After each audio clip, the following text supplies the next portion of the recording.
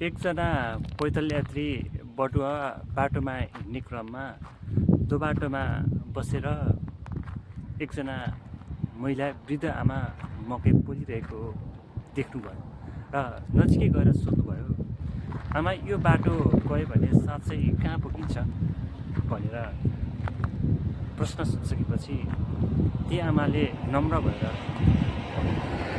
बाबु म यो बाटोमा बसेर मकै पोल्न थालेको करिब 25 वर्ष जति भयो, तर यो बाटो अहिलेसम्म कहीँ पनि गएको मलाई चाहिँ थाहा छैन।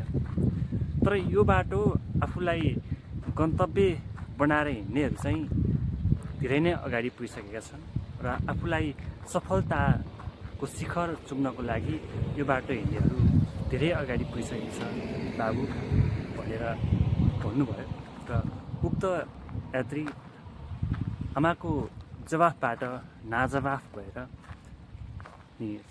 आफ्नो बाटोतिर अगाडि लागे। समकालीन साँझको सन्ध्याकालीन परिवेशमा आफूलाई छायाङ्कन गरिरहेको छु म। यो अत्यन्तै रमाइलो र अविस्मरणीय रहेको ठाउँलाई मैले आफूसँग साक्षात्कार गर्ने एउटा सुवर्ण अवसर जुटाएको छु र त्यसैलाई नै सकेसम्म भरपुर रूपमा मनोरञ्जन र आफूभित्र रहेको चाहनालाई परिपूर्ति गर्नको लागि म आज बाहिर फिल्डमा निस्किएको छु। तपाईँलाई दृश्यमा देखाइरहेको छु यो अत्यन्तै राम्रो र एउटा सन्देशमूलक दिने खालको ठाउँहरू पनि रहेको छ। सम्भावनाले भरिएको ठाउँहरूमा छुट्टै यसरी हिँड्दाखेरिको मजा चाहिँ बडो मार्मिक र आश्चर्यजनक इन्ट्रेस्टिङ हुने खालको रहेछ। कुरा के हो भने जब आफूले आफूलाई अलिकति परिवर्तन गर्नको लागि के गर्ने भन्ने सन्दर्भमा यदि कुनै समयमा चाहिँ आफूलाई तनाव सिर्जना भएको परिस्थिति सिर्जना भयो भने चाहिँ चट्ट बाहिर निस्कने गर्छु। बाहिर निस्कँदाखेरि त्यहाँको वातावरण, त्यहाँको यो मन्द हावाले हामीलाई छुट्टै ऊर्जा दिन्छ र त्यो ऊर्जा आज मैले महसुस गरिरहेको छु।